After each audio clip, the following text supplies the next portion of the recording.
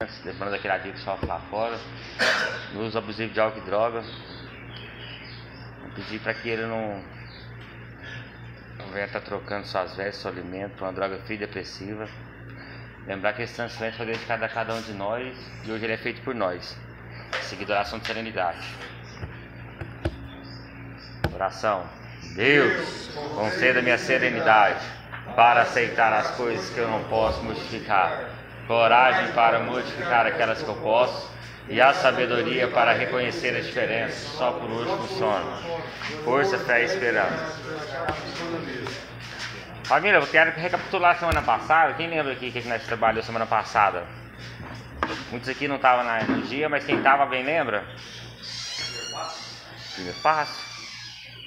Tem que eu sei aqui do... E nós passou por... Aceitação. Por qual? Você estava escrito aqui no quadro aqui o enunciado e os 5 princípios espirituais do primeiro passo. Posso falar? Fala, Elias.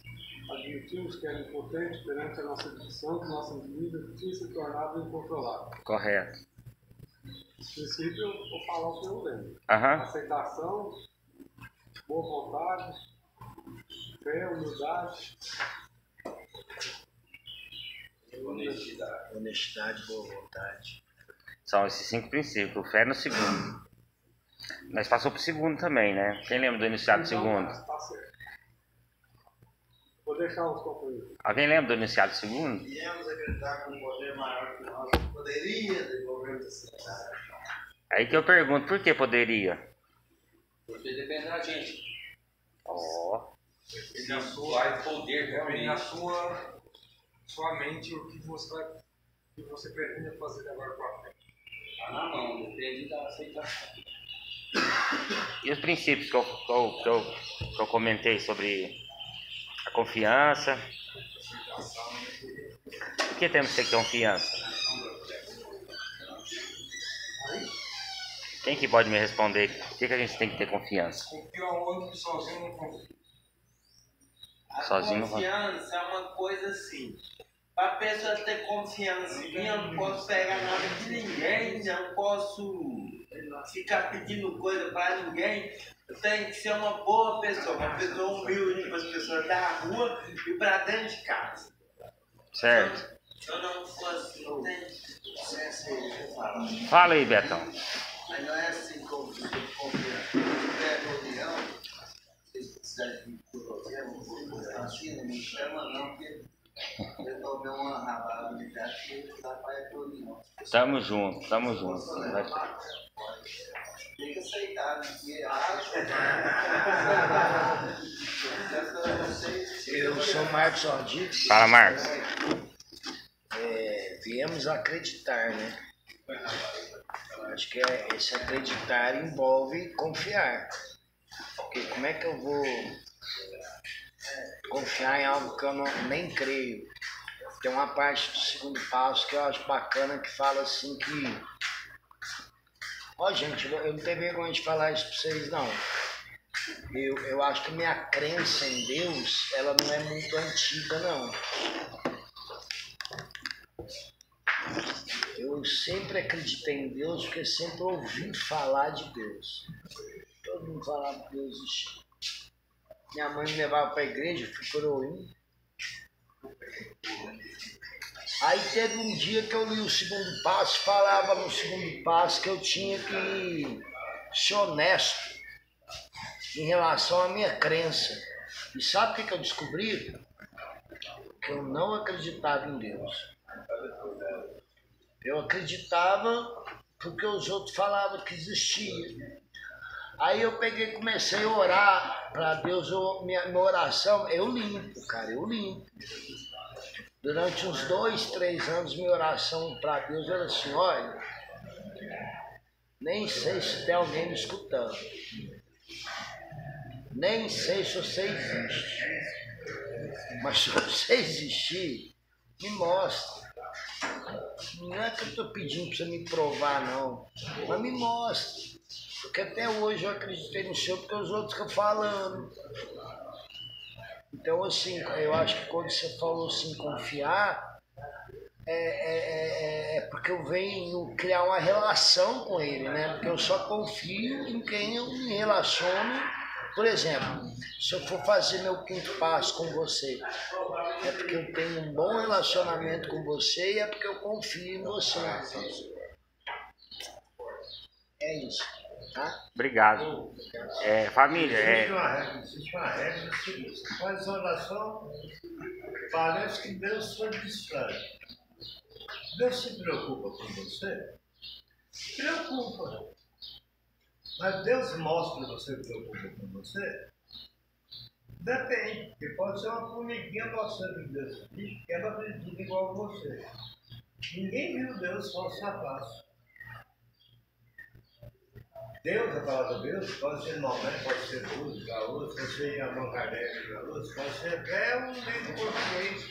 Até o meu trabalho pode ser Deus para mim, não pode ser Deus para mim. Mas só para Deus, quando a gente olha para Deus, a gente esperava o que é bom, esperava o que é errado. E gostou, buscaram o igualdão. Outra coisa, em mim vocês estão movendo no meio de novo, se você ver no meio de novo, Marte existiu de todos os jeitos.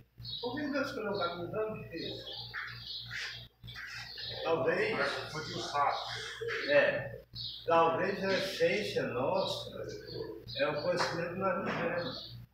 Se nós damos caminho difícil, não dá valor. Quem não sabe dar valor na coisa que não dá valor no que é certo. Confiança pra mim, mas confiança pra mim eu vou demorar dentro. Eu confiança na família, eu sou preso, meu filho, é difícil eu conquistar essa confiança com ele, vou conquistar um pouco, mas vai demorar. Não é do caminho que você vai ser confiança, você vai ter confiança do menino de velho. Isso. Vai ficar meio. Eu quero essa confiança, vai demorar. Eu acho. é legal. Eu só tô aqui andando, falando, enxergando, escutando, porque minha mãe teve fé. Só tô aqui andando, falando, enxergando, escutando, porque minha mãe teve fé nele, falando, vai andar. Eu tô aqui andando, falando, escutando, enxergando. Eu tomei a injeção, mesmo médico falava que não ia andar, nem ia falar, nem ia enxergar, nem ia escutar. Minha mãe pegou e falou, pois ele vai, eu vou ter fé que ele vai andar. Por isso que meus dentes é pra frente. Hoje eu tô aqui andando, só que o problema não tá na minha mãe, o problema tá na minha fé. Minha mãe, ela quer mudar meu psicológico, ela quer que eu seja uma pessoa normal. Mas entende? Sabe por quê? Uma coisa que eu não gosto é de tomar remédio. Ela me dá remédio, eu não gosto. Não bebo, não fumo, nem assim. Legal. Família, falou uma coisa importante. Fubá, sabe? A mesma coisa que a pessoa passa, eu tô vendo esse saco de fubá pra você, mas não sei se eu tô comprando essa família de carne. Não. É interessante o companheiro aí narrar a história dele, citando a questão da mãe dele querer mudar ele, né? E eu identifico o companheiro, porque minha família muitas das vezes tentaram fazer por mim o que eu não faria, o que eu não fiz. E aí o que acontece? Eles não vão conseguir. Eles não vão conseguir fazer eu parar de usar droga, eles não vão conseguir fazer eu ser alguém que eles querem que eu seja, sabe? Infelizmente, porque querendo ou não, as pessoas que nos amam, elas querem o melhor pra gente. Elas almejam o melhor, né? Porque quando eu fui nascido, eu fui criado, minha mãe, quando ela me teve, ela teve para ter um filho de sucesso, um filho que ia prosperar, que ia dar orgulho, né? E por ter essa doença e eu ter seguido o caminho da adicção, da escravidão e não ter conseguido no período muito longo me abster, então foi muita dor e sofrimento. E ela tentou várias vezes, foi 17 resgates, né? Ela tentou o Deus e o mundo, médicos, psicólogos, sabe? Vários tratamentos, e assim, nenhum deles funcionou. Entendem? Por que que não funcionou? Porque não depende dela. Vocês entendem agora como é que é essa questão da nossa doença? Até pela mudança de vida. Há um ditado que a gente é aquilo que a gente pensa, e realmente é fato. Né? Quando o cara se torna um médico, ele se torna médico porque ele quis ser médico. Né? Ele foi lá, batalhou, lutou para ser médico. Então ele quis ser aquilo que ele pensou ser. Um policial, por exemplo, é policial porque ele quer ser um policial. Um bandido é bandido porque ele quer ser bandido. São escolhas. E quando a gente faz escolha nas nossas vidas e a gente quer chegar lá, a gente passa por um processo. E esse processo é para todos. E quando eu falar para vocês que cada um de vocês pode ser quem vocês quiserem, eu não tô mentindo. Eu não tô mentindo, família. Eu já vi morador de rua virar advogado. Já vi morador de rua virar milionário. Você entendeu? Porque teve o quê? Uma mudança. Né? Lá no começo da literatura ela é bem clara. Quando ela fala pra mim que eu sou doente. Né? E aí ela fala o seguinte: ou eu mudo, ou eu volto a usar. Eu não tenho opção. Não tem. Então, assim, essa mudança ela é radical mesmo. Ela é obrigatória, ela não é opcional. Ah, não, eu vou mudar hoje, amanhã não. Não. E essa questão de mudança, família, existe uma consistência. Mais cedo eu falei de disciplina, né? E toda vez na recuperação ela exige muita disciplina. É onde se torna dificultoso obter essa realização de recuperação. Porque no meio do processo é muito fácil desistir. É muito fácil estar num dia anormal e vir uma vontade e eu achar mais fácil. Porque o que acontece? O que é mais fácil? Eu acender um cigarro ou eu correr uma volta no campo? Correr a volta no campo. O que é mais fácil? Acender o cigarro. Correr a volta no campo, pai. Não, Porque cigarro não pode fumar, é errado. Imagina só. É uma questão de lógica. Raciocínio. quem fuma, pra quem não. É porque geralmente o cigarro ele libera substâncias, né, que geram prazer. Então a corrida também libera. Só que aí que tá o sacrifício. A corrida ela me gera um esforço muito grande. O cigarro não, eu vou pro a bebida. Né? A bebida tá ali, é só virar um copo. Não preciso fazer esforço nenhum. Vocês entendem o que eu quero dizer nesse sentido? Então, para eu manter uma vida de qualidade e uma rotina saudável, eu preciso fazer sacrifícios. Né? Esse é só um que eu estou citando, sobre a questão de eu ter que ter essa mudança. Eu buscar uma melhora de vida, eu buscar me alimentar bem, acordar cedo, cumprir com as minhas responsabilidades, porque isso é o necessário para nós manter uma vida em abstinência. Eu falo muitas das vezes aqui que nem todo mundo me identifica com narcóticos, com NA, e tudo bem, eu não obrigo ninguém a querer seguir literatura, religião, nem nada. Eu falo sempre o seguinte, família, o importante é eu buscar uma rede de apoio que me dá segurança. Porque é muito fácil eu sair de uma comunidade, porque eu estou ali abstinente 3, 6 meses, né, e eu achar que eu estou curado. Os maiores motivos da minha recaída é sair lá fora e falar assim: não, eu não uso mais, eu tô limpo, já fiquei internado tanto tempo. Querendo ou não, a gente vai pegando os velhos hábitos, né? Às vezes você fica um dia, 2 dias, 1 mês, 2 meses, mas se você não tiver essa mudança, essa constância, essa rotina negativa ela volta. Não mais não, a partir de hoje eu não fumo. Fechou, seu cigarro tá cortado. Pode. Beleza, vou te ajudar. Então, família, a sobriedade ela me exige um sacrifício. E o resultado, né, quando você começa a ficar limpo, a literatura ela só promete a liberdade da adicção ativa, né, quando eu sigo ela, quando eu pratico ela. E essa liberdade é muito satisfatória. Você não vai esquisito a gente falar isso aí, desculpa te interromper. Você falar assim, a literatura só nos promete ficar limpo. Exatamente. Só isso tudo, né, cara? É tudo. Na verdade, é a maior liberdade que existe. Liberdade. Pode falar, meu Marco Aurélio. Fala, Marco Aurélio. Passei um tempo eu ficar internado, né? Passava Parece que o efeito parece que era o dobro, assim. Porque o copo parece que deu uma garrafa. Isso parece que eu gosto. Aí caiu, parece que é maior ainda. É porque acontece o seguinte, nosso cérebro, a gente para de usar, ele fica estacionado. Né? Muita gente usa o termo da vela, usa o termo, né? Mas eu penso o seguinte, isso aconteceu comigo várias vezes. Você está falando experiência sua, mas todas as vezes, a minha primeira internação eu fiz em 2013, eu era usuário de álcool e cocaína. E uso moderado, não era tão perda de controle, né? Lá em 2013, quando eu descobri que eu era, né, problemático e tudo.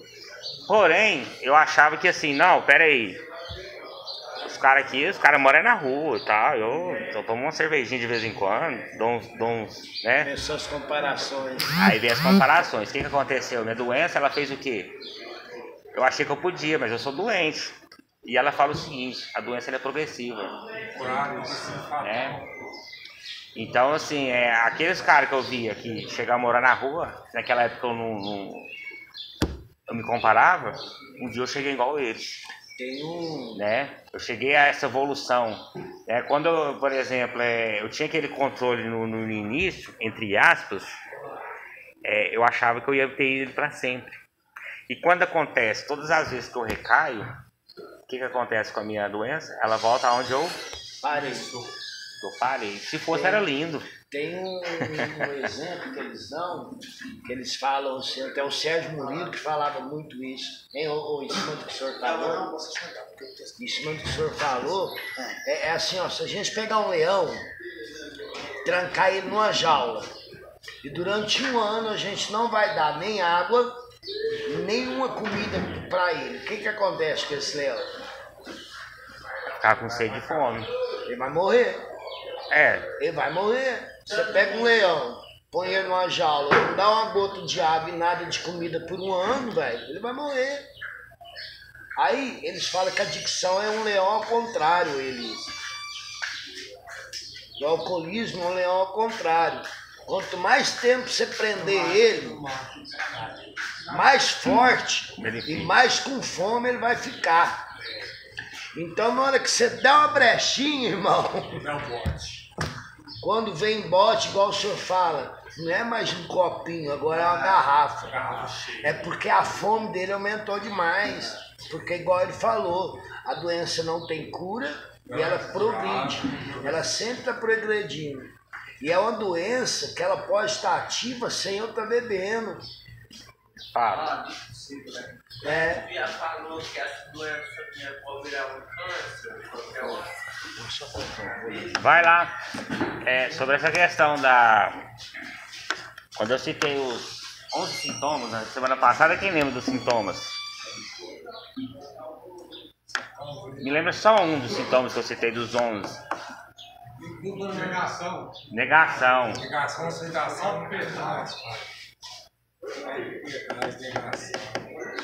Você foi graduado então Mas a literatura ela tem lá citada lá os 11 sintomas: negação, substituição, perda de controle, degradação, vergonha, culpa, desleixo, desconfiança dos outros, isolamento. Aí, ó. É isso mesmo. É bom porque que acontece? Quando eu falo sintoma quer dizer o que, família? O sintoma da minha doença é um sinalizador. É uma sinalização que, peraí, se eu tiver nessa condição, eu estou prestes a recair. Né? A gente mesmo, eu brinco, eu falo, mas assim, o maior conhecimento que existe no ser humano é ele se autoconhecer. Sabe? Quando você se autoconhece, você atinge o pico do conhecimento. Ô, Rodrigo, você tá ali pra quanto tempo? Só por hoje. Não, mas quanto tempo? Só por hoje. Eu não sei quanto tempo ainda. Eu não conto. Ô, Bicho, você falando aí Você usava dela. do efeito Usava negativo muito. da adicção, e o positivo é totalmente ao contrário, né? Se eu estou na negação, eu tenho que ter aceitação. Se eu estou no isolamento, eu tenho que. Aí tem as ferramentas que me ensinam a lidar com essas. Porque o que acontece? A gente tem a doença, tem os sintomas, a gente consegue os antídotos. É igual o corpo quando ele começa a gripar. Primeiro ele dá os sintomas. Ele vai falar assim pra você, ó, peraí, você não começa já gripado. Ele começa a reagir de forma, aqueles sinalizadores vão te dar, falar assim, não, você tá gripando, peraí, você vai no médico, o médico vai lá e aquilo ali é o organismo já falando assim, ó, vai acontecer alguma coisa. Desonestidade, ser honesto. Exato. Em vez de ser irresponsável. Não ter aceitação. Eu gosto muito de citar, família, essas mudanças de comportamento, essa questão, por exemplo, de mudança de comportamento, exatamente, pensamento, principalmente os pensamentos, porque eu citei nas primeiras reuniões que é o que acontece. A nossa mente trabalha assim, aleatoriamente, com os pensamentos. Esses pensamentos geram o quê? Um sentimento, exatamente, correto. Esse sentimento gera ação. Eu tomo uma decisão sobre aquilo. Ó, a minha mente pensa alguma coisa, eu sinto alguma coisa sobre aquele pensamento e eu tomo uma atitude. Isso. E essa reação gera uma reação. Então tudo se começa aqui no pensamento. Exatamente. Aí o resultado ele é para todos, né? Mas assim, falando assim para vocês que...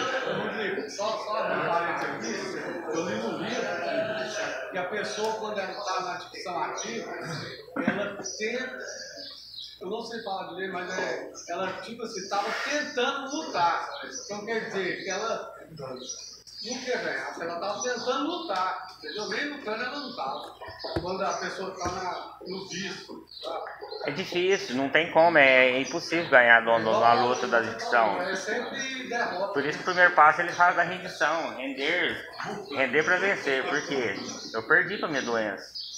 Ela me deixou no chão, ela me deixou dormir na calçada, ela me deixou eu vou falar para vocês aqui, teve uma vez, família, que eu estava em Goiânia,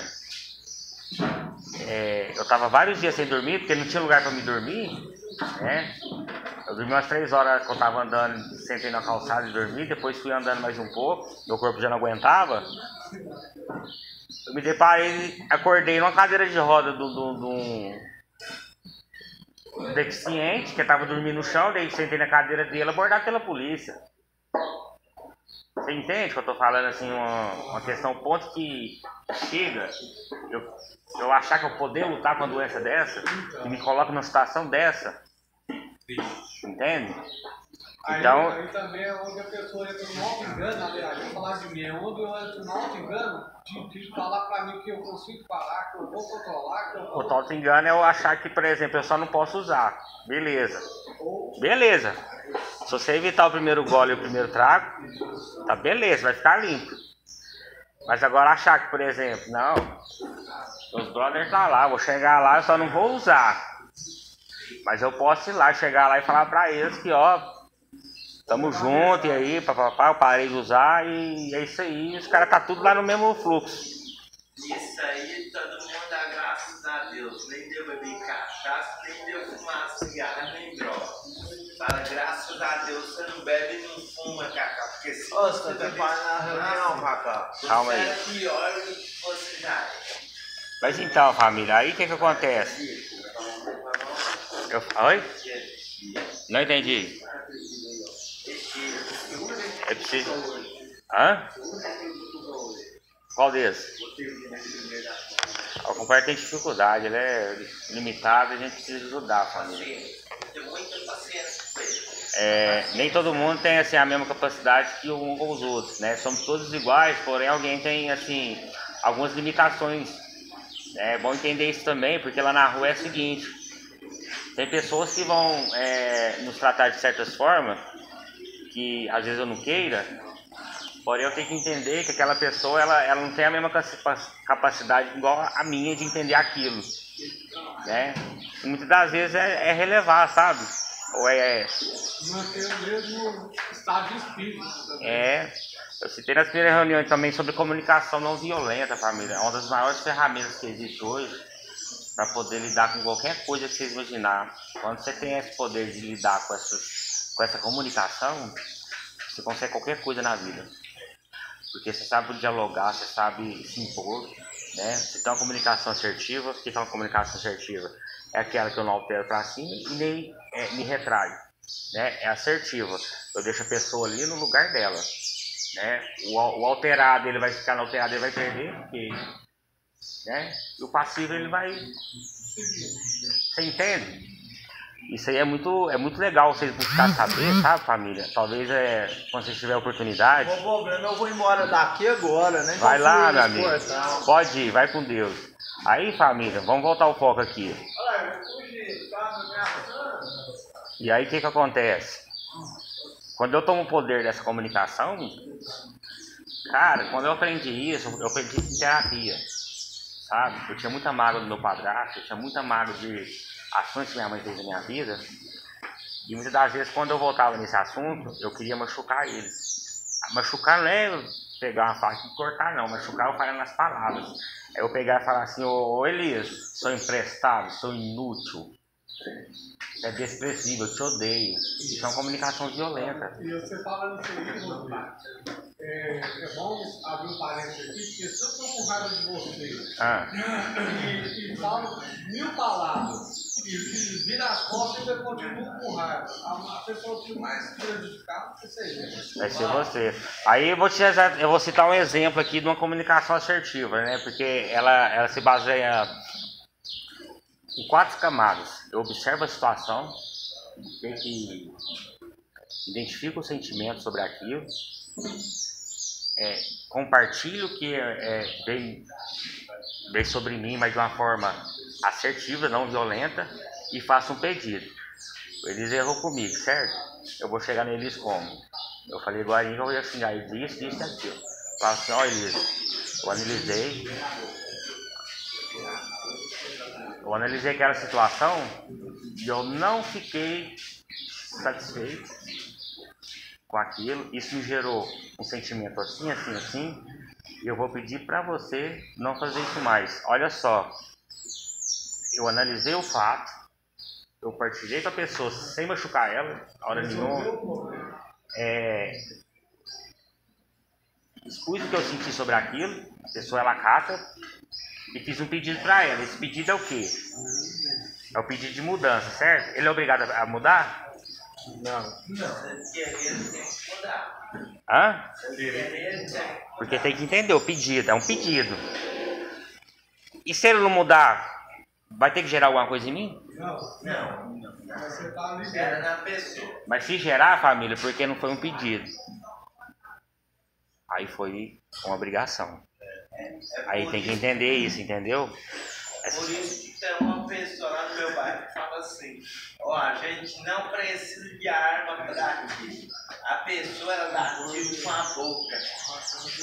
Ela dá tiro com a boca. Exatamente. E o coração. Então é muito importante a gente saber sobre esse negócio de comunicação, família. Assertiva, né? A comunicação não violenta. A comunicação não fazer ela que ela tenha ruído. Ruído é quando eu falo com alguém, né? Eu vou citar o rádio. Quando você está procurando uma sintonia, né? Fica chiando. Aquilo ali é o ruído.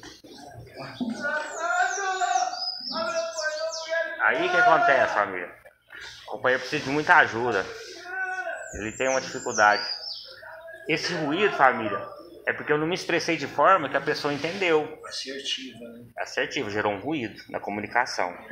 Eu vou comentar com você algo e você não entende, é porque eu não me expressei de forma assertiva. Porque às vezes eu sendo assertivo, claro, vamos colocar assim, né?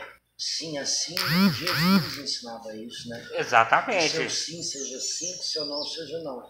Muitas das vezes eu me comunico de forma violenta, agredindo as pessoas. Agressão ela começa na palavra, família, não é a física.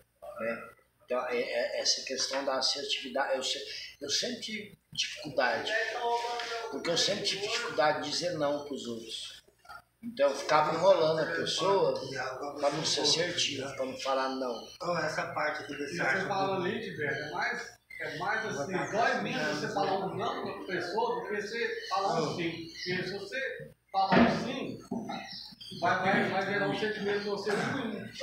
Porque, tipo assim, se a pessoa não pede uma coisa, eu falo sim, dou, mas de mau coração, ela vai prejudicar a coisa. Então, nesse objetivo que a gente tem, família, de buscar uma sobriedade, uma recuperação, trabalhando o passo, né? Quando eu vou lá, chego no primeiro passo, eu entendo que eu não posso usar droga, eu aceito aquela situação, eu admito ela e me rendo sobre aquela doença, né?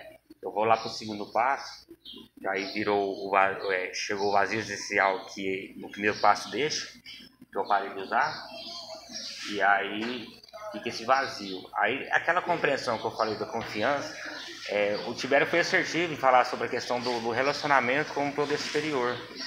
Realmente eu tenho que ter um relacionamento com algo maior do que eu, cada um compreende de tal forma, e que ela seja maior do que a minha doença. Porque a força destrutiva da minha doença, ela é maior que eu também. Porque eu não controlo ela, né? Exatamente. Eu passei dos meus valores, passei por cima de todas as pessoas que eu amava, por causa disso aqui, ó, um pedacinho de trem desse tamanhozinho aqui, entendeu?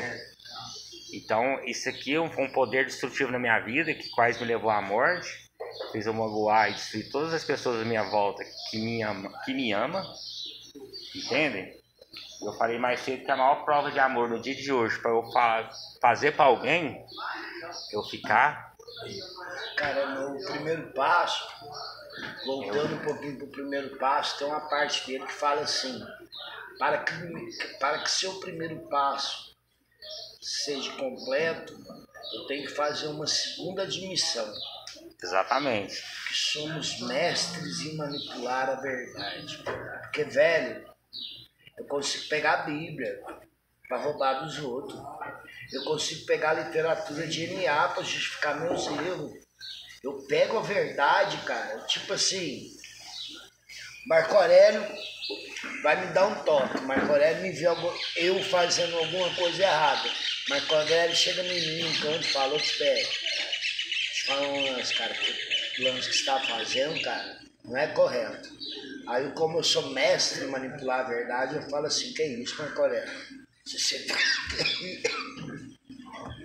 lendo a Bíblia toda hora, a Bíblia está falando para você não julgar os outros, rapaz. Você está me julgando, você entendeu? Então, lá no primeiro passo, fala que para o meu primeiro passo ser completo, eu tenho que fazer essa segunda admissão. Que eu não sou só... Eu não admito só que eu sou impotente perante alguma substância ou meus comportamentos, mas que eu sou mestre, eu tenho... Por isso que a literatura fala que sozinho eu estou mal acompanhado. Porque a mente... A mente. E a gente é mestre também de manipular nós mesmos. Mas mestre manipular a verdade. Mentir pra nós Se mesmos. nós manipula a verdade, imagina manipular nós. Enganar nós mesmos. E até... E sobre essa questão, né, família, igual eu sempre vou refrisar em todas as reuniões, né, é sempre importante a gente manter, ter um grupo, uma rede de apoio. Porque o que acontece? Todas as histórias que a gente fala, principalmente as recaídas, eu sempre estava sozinho.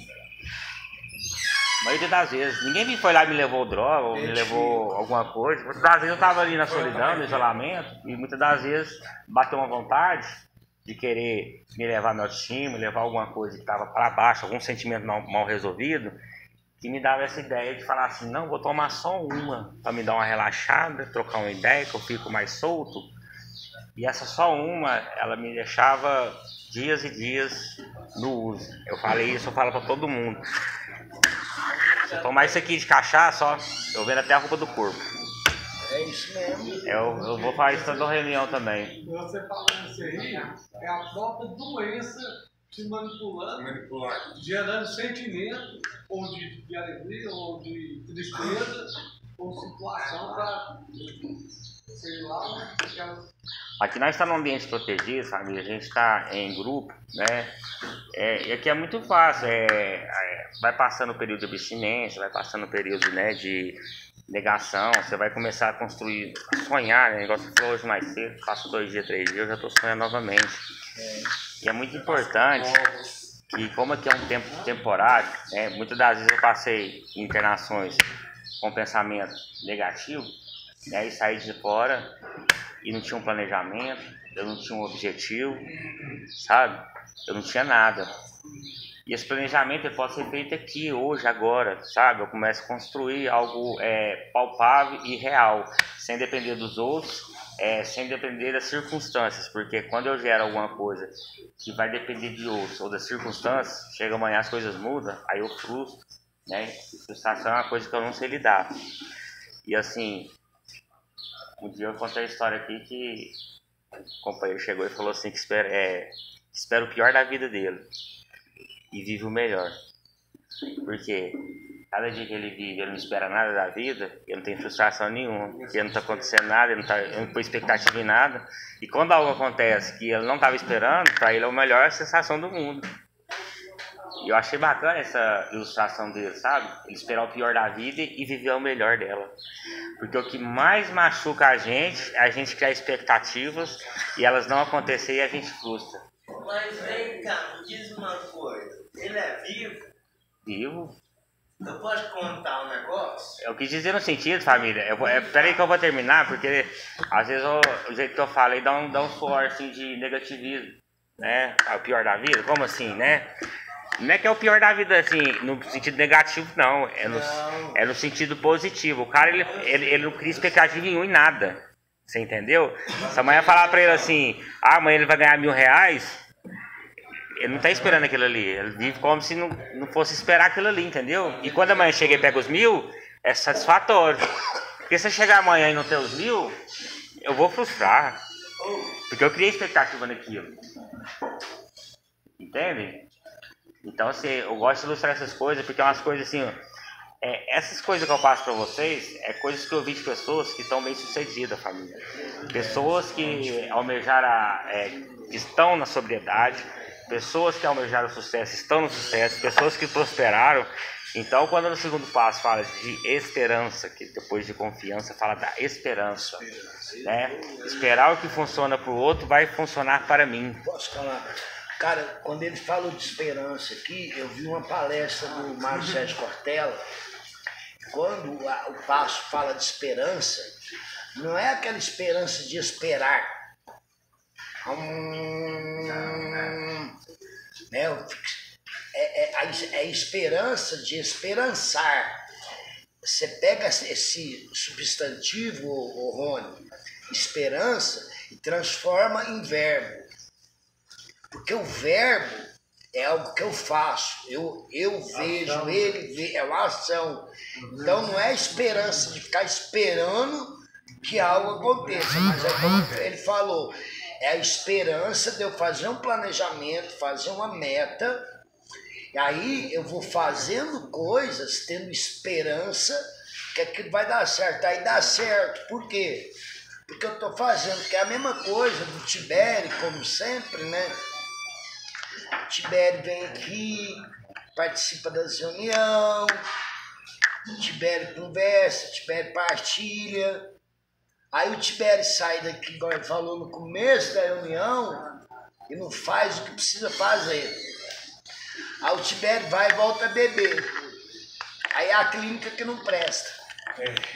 Aí a programação que não funciona. Aí sua família que é ruim. Aí a minha família que é ruim. Mas por quê? Porque o esperançar é porque eu não faço o que eu preciso fazer. Gente, hoje de manhã alguém falou aqui, ó, acho que foi o Juan. Foi o Juan, não foi, senhor? O tanto que é difícil ficar limpo lá fora, cara. Quem já passou por isso aqui, ó, sabe. Não é brincadeira, cara. Ainda mais quem bebe. Tudo quanto tem lugar, você vai numa festa de criança, tem cerveja. Você vai na igreja, na festa de São Inácio, tem cerveja. Você vai na padaria. Hoje, em São Paulo, você vai na farmácia 24 horas, tem uma geladeira de bebida, né? De bebida. Exatamente. É difícil, família, é difícil, mas também não é impossível. Por isso que exige sacrifício. Eu tenho que abdicar de vontades, de lugares, de pessoas, até de objetos. Né, família? De músicas. Acho que a doença é curável. Música, tem até, por exemplo, eu citei, às vezes você tá vendo uma cena de um filme, família. O cérebro gera gatilhos, dependendo da cena. Tem coisas, por exemplo, o nosso cérebro trabalha de forma aleatória. Nós temos nosso subconsciente, eu falei isso mais cedo hoje, que é o seguinte. Nós temos um subconsciente. Esse subconsciente ele foi gravado as memórias de nossa vida inteirinha. Então nossa vida é construída de quê? É construído de várias coisas que nós passamos durante a vida, principalmente do uso, para quem usou muito tempo aqui. As maiores memórias que a gente tem é do uso aqui. Não falo de mim, né? Então, por exemplo, eu tô ouvindo uma cena, alguma coisa, meu cérebro, o que tá lá guardadinho, lá no subconsciente, que tá lá reservado, ele volta pro consciente, e esse subconsciente faz o quê? Me gera um sentimento, esse sentimento me gera uma ação, essa ação gera uma reação. Então são os gatilhos. Então, muitas das vezes, eu tenho que saber lidar com esse tipo de pensamento, família. E é difícil, não é fácil. Por isso que eu falo sacrifício.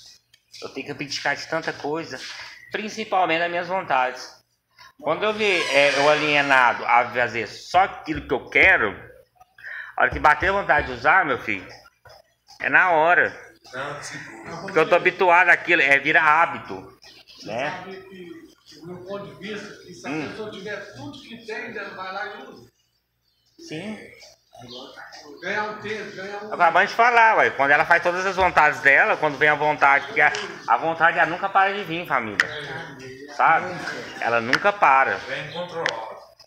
Aí vai depender de você, sua habilidade no momento, quando ela vier, se você tá preparado, treinado para lidar com ela. Quando eu fiquei muito tempo limpo, família, foi em 2014 a 2015. No começo de 2014 até o final de 2015. Eu até contei a história do meu noivado que eu perdi. Quando vinha as vontades, tinha uma habilidade na época de jogar ela para outro dia. Assim, naquela época, sabe? Porque assim, às vezes eu tava com o dinheiro no bolso, eu tava tudo preparado. Aí o que acontecia? Vinha vontade. Eu falava assim, nossa, se eu for lá e tal, ninguém vai saber, assim, tal. Começava a martirizar. Aí no final eu falava, mãe, eu faço. A hora que eu acordava no outro dia. Passado, né? Nossa, você vê a alegria que eu acordava. Eu falava assim, nossa, meu dinheiro tá no meu bolso. Eu dormindo. Porque, querendo ou não, se eu tivesse alimentado ela naquele momento, eu não ia dormir no outro dia, eu ia estar sem R$1. Então, quando eu acordava, eu falava, mas eu jogava pro outro dia, no sentido assim, não, mãe, eu faço. Não é que eu tô manipulando a minha doença, era porque, tipo assim, eu comecei a ter essa habilidade de jogar pro outro dia, não era nem para disfarçar, mas aí começou a vir os resultados, né, que eu acordava no outro dia, vinha aquela satisfação. Aí eu falava assim pra mim, nossa, eu acordei, eu não fiz aquilo que eu pensei em fazer ontem, e isso aí foi por um longo período de tempo, sabe, família? Uma habilidade que eu criei na época que funcionou também. E assim, mas funcionou temporário, né? Porque teve um momento que eu não conseguia aguentar. Mas nunca vai passar, desculpa, gente. Olha, eu fiquei 18 anos limpo. Você sabe o que é 18 anos limpo? Por isso que eu falei pra vocês que o Juan falou que dava certo. Não passa. Tem uma coisa que chama SAD. É Síndrome de Abstinência Demorada. SAD. Essa SAD pode acontecer quando você tiver 10 anos limpo, 30 anos limpo. Há um ano atrás, um companheiro nosso, com 30 anos limpo, o cara recaiu.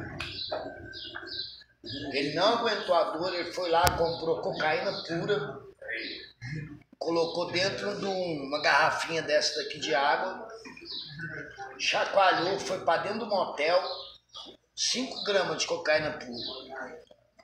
Tomou ela inteira, e não sei se você pegar cocaína aqui, por exemplo, pura, pôr um pouquinho, sacudir, essa garrafa explode. Porque na cocaína vai ácido sulfúrico, ácido bórico, vai uma série de substâncias, vai amônia, que é amoníaco, né? Ele tomou, ele explodiu. Que nele, inchou que ele explodiu. 30 anos limpo, cara. 30 anos limpo. Então, é o que eu falei. É o leão que separa da comida pra ele. Eu sei que eu sofro desse Ai. negócio de ser internado desde a idade de 14 anos. Nós também, filho. Nós também. Não é só você não, tamo junto. Ela acha que se eu não tomar injeção, tem que ser internado. Vai lá, Elias.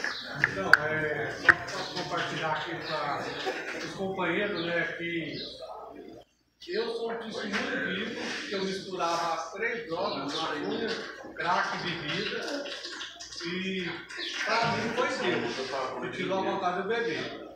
Sabe? Então, quer dizer, galera, funciona, pede ao seu poder superior, Amém. clama, ora, sabe? Porque já vai estar 6 anos. Não é 6 não, 6 anos que eu não sei o que é beber. Nas minhas outras recaídas eu não voltei com a beber. Bem difícil. Legal, família. Então, Então quer dizer que se a Reunião pessoa bacana, cara, quiser, viu? se a pessoa pedir a Deus de querer, ele tira a vontade. o que eu sempre falo, família, o segredo tá na próxima. Oração. Deus, conceda-me serenidade para aceitar as coisas que eu não posso modificar. Coragem para modificar aquelas que eu posso. E a sabedoria para reconhecer a diferença. Só por hoje funciona. Força, fé e esperança.